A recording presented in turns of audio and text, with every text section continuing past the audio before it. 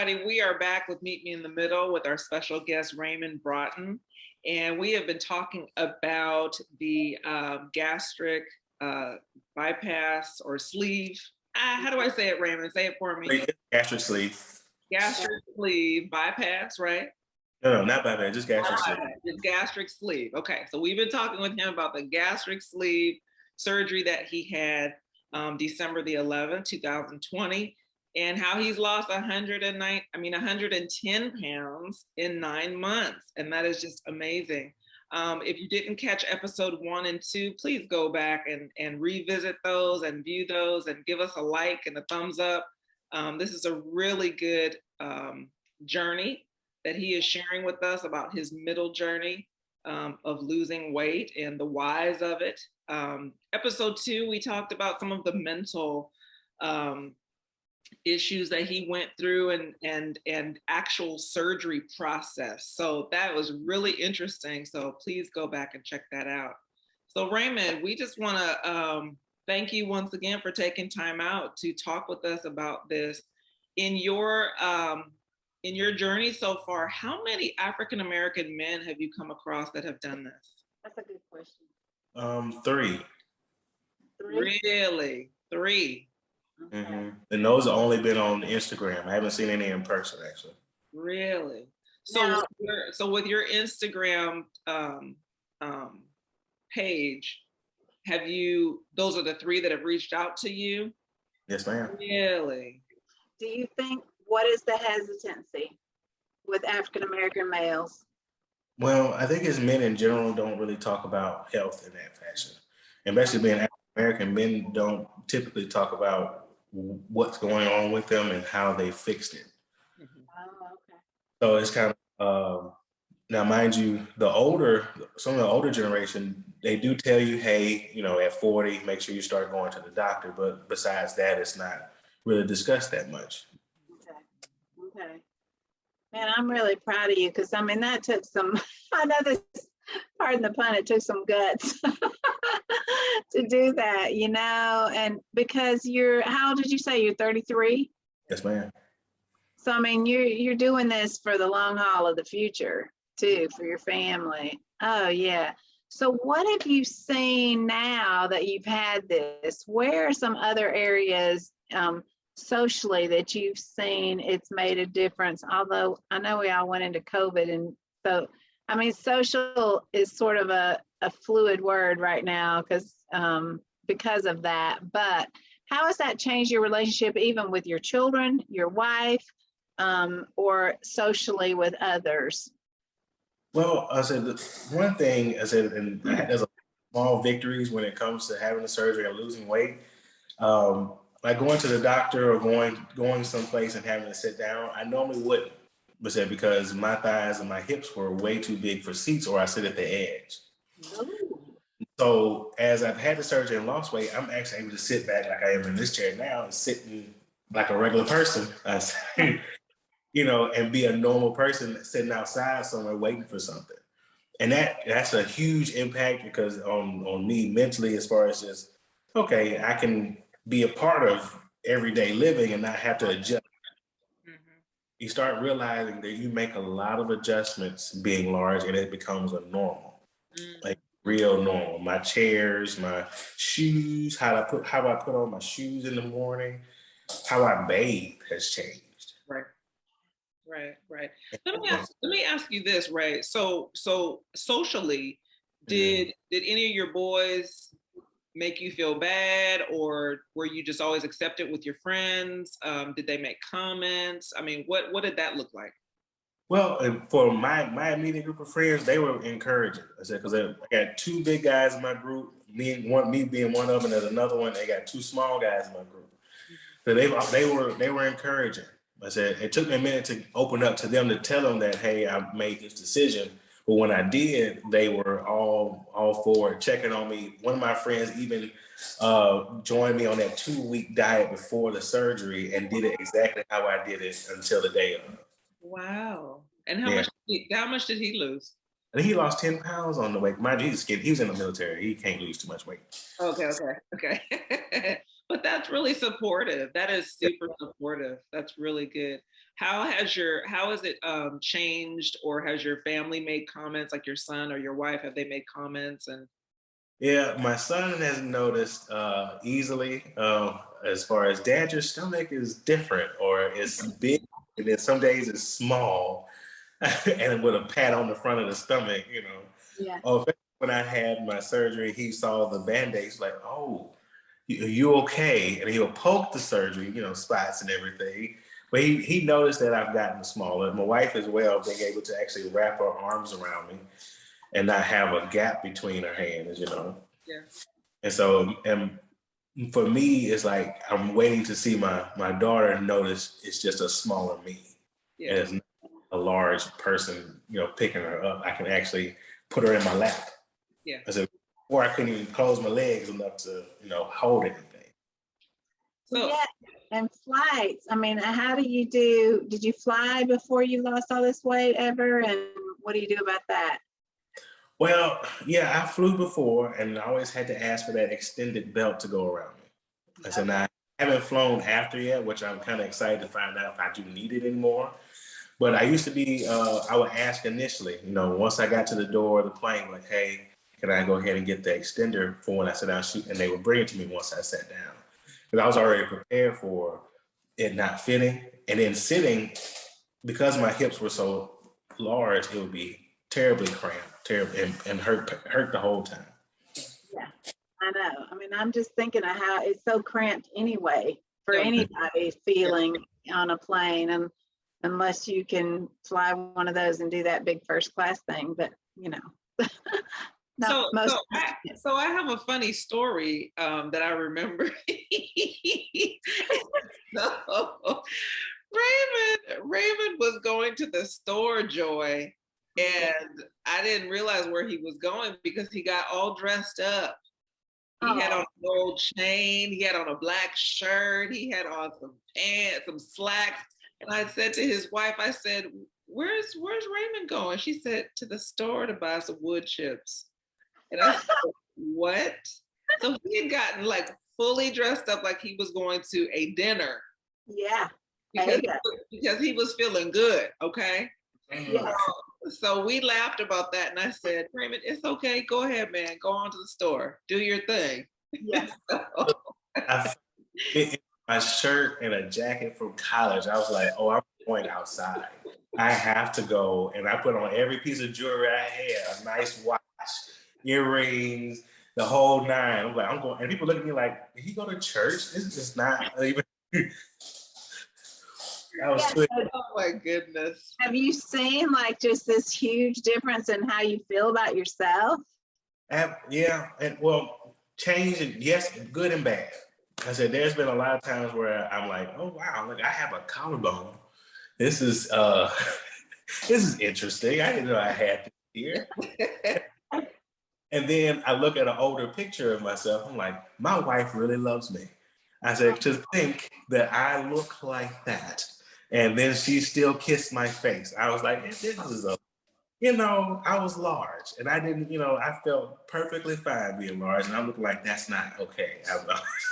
I'm okay now. I'm getting better now. It's like, it's difficult to look at yourself. I've gone through so many clothes at this point, as far as I couldn't fit clothes to the point where I can wear all my clothes now. And now I've got clothes I can't fit because they're too large now. And so it's difficult to comprehend at times. It's like, okay, now I can't fit because I'm too small. Yeah. But it didn't sound like, to me, listening to you in our first episode, it didn't sound like that you were doing this because you were trying to look like, this perfect male 33-year-old. I mean, it was a lot more than just trying to fit an image. That's what I heard. Now, I had a fear of how my face would look because, sometimes there are people who lose a lot of weight and they lose all of the meat to their face and how they look. I was like, the only thing I felt that looked nice on me at the time was my face. Okay. So my biggest concern was like, I just don't want to be ugly skinny. I want to be nice looking as I am. I think I am now, because that's where all all my self-esteem is holding up right now is in my face. Yeah. So Right. I love that your wife, Sydney, and we've had Sydney on the show, so I think I can speak, but I just love that, just the love that she had for you was not associated with you being a certain size or anything. So there's a lot to be said for that, that this went far deeper than just that, and that she loves you all sizes, you know? yeah, Because absolutely. you're changing sizes now and all that kind of stuff. What would you say to somebody who is considering doing this right now? What if you were to look at this screen and say, let me tell you, what would you say to somebody who's considering it? Do it. Don't hesitate. Jump in it. Start the process right now. So this will be the best decision you'll make for the rest of your life. Yeah. The part is not the surgery. The hardest part is after the fact, saying, I'm going to continue. I said, because the easy part is falling asleep and waking up and it's done. Yeah. I said, but it'll be the best decision you make from this point forward. Yeah. What do you do on the days where it's a little bit harder to be consistent? Like, how do you encourage yourself and how do you get back on track? Well, I can't lie. I said, I fail. I do fail at times. And then the thing is, I don't look at the scale. I want to make sure to make that clear. I'm not a scale person, because if you look at the scale, it will make you feel, well, it makes me feel terrible. Because I feel like I failed if I haven't lost weight. I said, but the next thing for me to do is like, okay, I know I don't need this. I don't know I don't need to eat this. I said, I know I can just handle some water at this point. And I revert back to, they give you a little Bible, what I call it a Bible. They give you a little pamphlet of what you can and cannot eat and how you're supposed to go about your way. I refer back to it. Okay, I'll go back to a protein shake and start, going back to my salads and going back to just, because even with a salad, I can't eat much of it. So I know I can handle this. I can get back to that. I wanted this for a moment. I had my sweets. I've had my piece of bread. I'm okay. I said, because what I don't want is to fail. I don't want my stomach to go back to where it was. And that's one of the, I don't want to call it a threat, but it's one of the things that keeps me kind of grounded. Gotcha. Yeah. Your stomach can go back to the size it was if you abuse this process. Oh, wow. It can just grow right back, huh? Well, because the stomach is made to stretch, because you're taking food, I said, you can push it to the point where it goes right back to the way it was. If you continue to force food in, force bad habits, all that can just push it right back to where it was. Okay. Yeah, and you don't want to go backwards now. No, ma'am. Not at all. So did this change discipline, or did you see, and tell me if what other areas of your life that became more disciplined because of this discipline? I mean, that's what I've seen happen to me. When I get disciplined in one area, often it tends to affect other areas. Did that happen for you?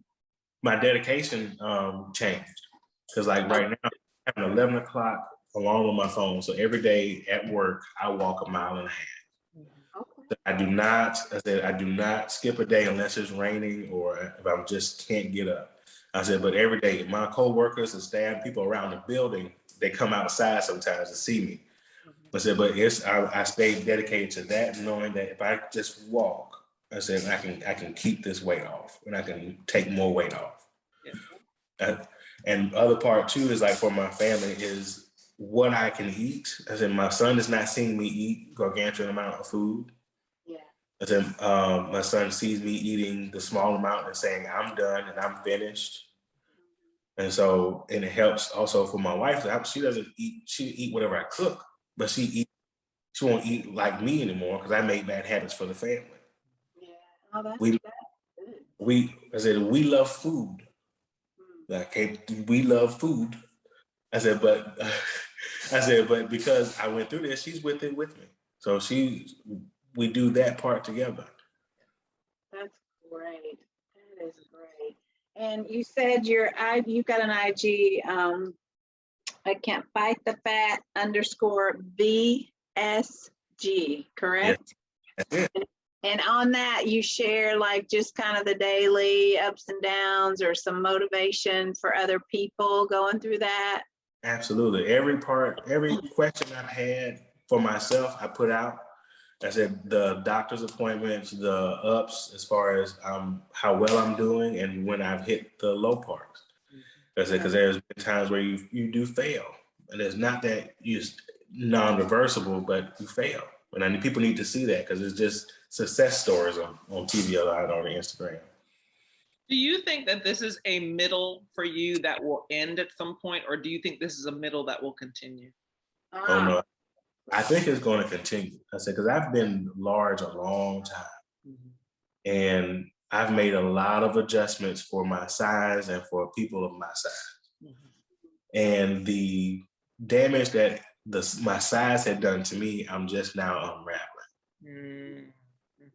So there's been between making adjustments for bullying as a small child to an adult, to making changes for how I dress, to how I eat, to how I look at people. Walking down an aisle, I'm not hitting both aisles. So I'm like, so now I'm adjusting to that. I don't have to make myself smaller to fit somewhere. Gotcha. You know, so there's so many changes and things that I'm unraveling. So I'm seeing my own doctor, and I got evaluated for my own self after the fact, because now that there's things that have come about that I can do now, it's kind of caused more stress on me. Interesting. That is interesting. It's because it's things you couldn't do before, but now you want to do, and then you're supposed to be. It's like it builds. The expectations. Yeah. So there's expectations for bigger people, and there's expectations for smaller people. Yeah, very interesting. Absolutely. Very interesting. And you would never think, unless you like really sit down and just like really go over it, you would never think that that could possibly be a stressor for somebody. Yeah, that's interesting. Now, and are you unraveling? Okay, that you said something and that triggered something for me. Are you unraveling even your childhood, like you were talking about the bullying, or the way that you kind of coped and overcompensated for being big growing up, like, you know, always getting asked to play Santa Claus and just coming in as the Hulk, and just, you know, kind of that mantra that you sort of took on. So are you sort of unraveling a lot of emotional things there, or are you just saying, look, I'm going on, I don't know? No, I'm unraveling. I said it's been a lot of conversations between like me and my wife about where I am now and what it feels like. Because at a time, I said my parents were large. We're a large family, but the way they encouraged me to lose weight when I was younger was detrimental. And because they would try to encourage me, but then they would eat terribly. We eat terribly, then encourage me, or not encouraging and just saying something, you know. And it was me trying to say, okay, they're learning now of an adult me losing weight. I said, but it's unraveling that part of what they were trying to do now that I'm a parent, and how to accommodate with my own son. It's that kind of like from the beginning. There's been a lot of, I said, when I can say bullying, it's been between bullying and racism. I hate to say it like that, but they went hand in hand. I said, because I was so large and because I was Black, and those things would go together with people who wanted to attack. That started working. Yeah. And so that hit different too, because it being smaller now, even online, they attack you. Yeah. So have you been attacked online? Oh yeah, absolutely. Really? Since the surgery, or you mean before, or any of those times? Oh, since the surgery. Okay. And why? Like what, you know what I mean? I mean, I know it. Yeah. Well, some of it was, it's because we were having a discussion about something they didn't agree with, and then they go that direction and start going toward the weight and being Black. Gotcha. Okay. Gotcha. Okay. I am so sorry. Oh well, it's almost a sorry about that. It's almost a norm now. Wow. It's another thing to cope with though, and yeah, that's tough. Oh yeah. Yeah. I've dealt with racism since the 3rd grade, since I got large, I should say. Okay. Yeah. Gosh, that's a whole nother episode. Yeah, exactly. We'd be out here another couple hours. Let me ask you this, Ray. When we talked about like the post-surgery and whatnot, how do you keep from having the loose skin and keeping things, to where when you're losing, it's all adjusting properly? Well, one thing I don't take the diet portion of it. I don't want to lose weight too fast. Because my idea is losing the weight so fast the skin doesn't hold on to anything. So I used to work out around 4:45 in the morning, every morning, just doing legs and some arm things just to try to keep myself semi-toned. But also the walking, and then as far as how I'm eating is making sure I take in enough calories that it's just enough so that it's a slow burn. Because I'm okay with this taking this time to lose the weight. Because I had a goal. The initial was just 100 pounds, but I just don't want the loose skin. So I wanted it to be as naturally lost as possible. What is your ideal weight loss? My goal is to be at 280, even maybe 260. Okay. So you're gonna get there. Yeah, you are. And are you gonna add weights at some point? Is that something some people do to like, I mean, I don't, but I mean, I'm a walker like that. I mean, I try to walk like 3 miles a day. That's my thing, 2.5 to 3, and I'm like you. I just try to get out there and do it and just stick with that part. But I know a lot of people add weights for different things. Is that something they recommend, or you? Well, I said, and I tried to jump at that quick too, but my doctor was like, you have to do what you can and do what you can now, but not a lot. And says the longer you are post from the surgery, the more weight you can add. I said, I just had a newborn, so I can't get to the gym right just now. I said, so once I get her under kind of a schedule, then I'm gonna go back to it. But initially, every appointment I used to ask, can I work out now? Like, well, you can work out, but really lightweight. You can only do 10 to 15 pounds because you got to remember, you lost some muscle mass, even though, with all the weight loss. And said, because you haven't worked out, it's going to be difficult. And you don't want to do it and put stress on your stomach. Yeah, and they're probably concerned about, they don't want you to like get a hernia or something, right? I mean, there's intaking of too much air too. I said, because the discomfort of your stomach, I said, when you lift real hard and lift real heavy, take that big deep breath in, you don't want to get any air trapped in the stomach.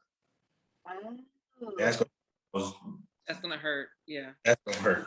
I thought about that. Yeah. Hey, what's this done for your compassion meter for other people? Good question. My compassion meter? Yeah. That's what I just threw that out. Talk about that. Wait, did the compassion meter go the other way? I like to talk to people. I like to talk. I don't like to talk to people often, but it's still in the middle. I said, because I'm not a crowd person. Okay. But I'll stand up in front of people and make people laugh. But I said I'm not a mingling type of deal with folks on. So what I think what she's asking is like your compassion towards like other people that have gone through what he's gone through, or yeah. Oh, that yeah. Increased, kind of your compassion for other people who are struggling or even on the fence about doing something, or people who grew up, overweight and are dealing with, all the emotional stuff from their childhood. I mean, do you? Sure. Yeah, what's that done to you in thinking of other people? Well, that was kind of my goal with my Instagram. I wanted people to reach out to me to ask me about it, and they do. Because I see people who are my size or larger, that especially some of my friends, and I've talked to them about it, say, I normally wouldn't suggest stuff like this, but because I've done it, it's been great for me, and I know you could be the same route. Even with kids and things, I said, because it makes me look at, you know, what happened for me and how I got to that point and how people were trying to address it, but didn't have the tools or the words to tell a child, saying, you know, without causing irreparable damage, Right. you know, we need to get you on track with your weight. And saying that is imprinted in me, especially for my own son, of how I talk to him, Yeah. how I address him, how I address what he's eating, how I address, you know, people when it comes to, you know, it's not necessarily you need to diet, it's about your portion, and it's just being open about what I've done. Yeah.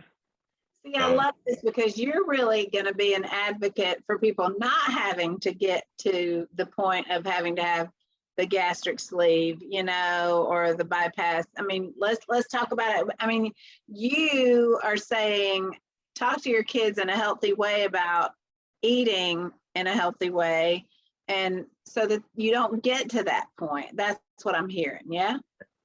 Absolutely. Yeah, and there's a whole lot of mental, emotional well-being all wrapped up in that. You're kind of like a new person. You got to get to know the new Raymond. Yes, absolutely. Because Absolutely. everybody loves Raymond, right?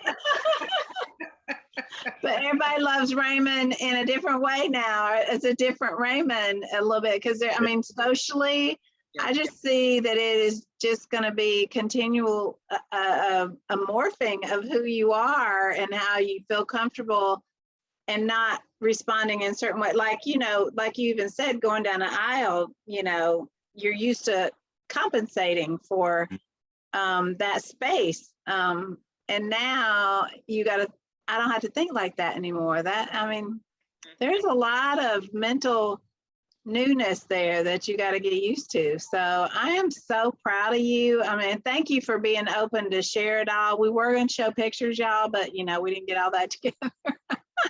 Okay. You can go on his IG, fight the fat _ VSG, and you can see those pictures if you want to do all that. So Before and I after. think that was so wow, that was a bold move.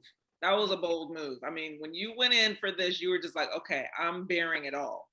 You know, and you talk about very sensitive issues on there in your videos. And I know that is very helpful. It was helpful for me to understand, and it's helpful for other people. So tell Sydney we said hello.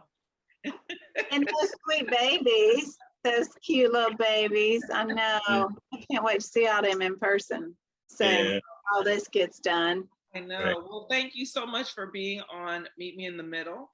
And hey, everybody, tune in to episode 1, 2, and 3 for Raymond Broughton. And we will see you next time. See you later.